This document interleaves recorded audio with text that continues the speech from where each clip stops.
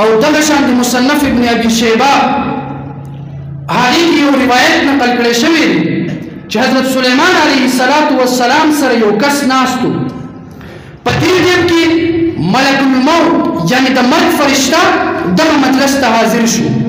چې کله حاضر شو سلیمان علیه السلام سره چې کوم کس ناستو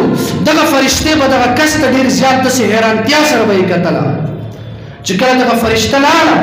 دغه کس سلیمان علیه السلام نه پوښتنه کوي چې اے د الله پیغمبره دا کس څوک و دې خو ما ته داسې حیرانتیا باندې کتله سلیمان علیه السلام ورته فرمایي چې دا کس دا ملک الموت یعنی د مرګ فرشته و سلیمان علیه السلام ته دغه کس وایي چې سلیمان علیه السلام زه ډېر زیات یریږم ډېر زیات خوفزده شوم دې کس ما ته حیرانتیا باندې کتله زه دې نه یریږم چې دې زما روح او زما ساه وانخلي زما ژوند ختم نه کړي سلیمان علیه السلام ته یو داسې بادشاهي چې دا هوا دا هم ستا تابعدار دی اوس چې دوی دا خبرې کوي دا په شام کې او په شام کې دا خبرې کول یعنی دا شام په سرزمین باندې دغه کس سلیمان علیه السلام ته وایي چې سلیمان علیه السلام دغه هوا ته امر وکړه حکم وکړه چې ما له دې ځای نه اوچت کړي او د هند د آخرې جزیرې ته ما بوځي چې دلته دا ملک الموت زما روح قبض نه کړي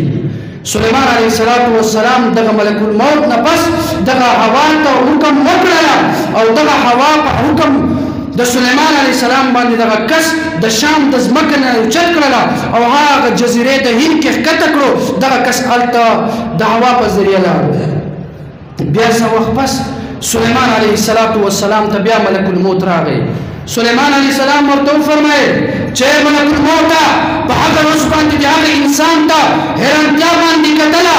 هغه انسان سره څه معامله وشو فرشته وایي ای سلیمان علیه السلام حیرانتیا باندې مې ځکه ورته کتله چې الله رب العالمین ما ته حکم کړی چې دغه انسان د لږ ساعت کې د دې روح په دغه جزیرې د هند آخري حدودو کې به اخلي خو چې زه کله راغلم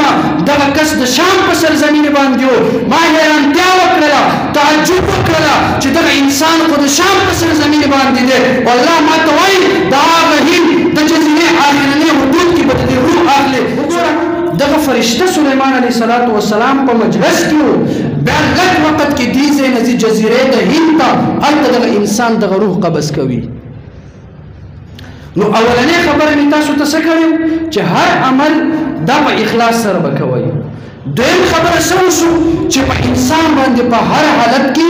مرګ راځي اوس دغه عمل کول په اخلاص سره او د مرګ تیاری کول د دې لپاره دوه شیزونه بنیادي ده یو د الله کتاب دی بل د پیغمبر علیه السلام احادیث دی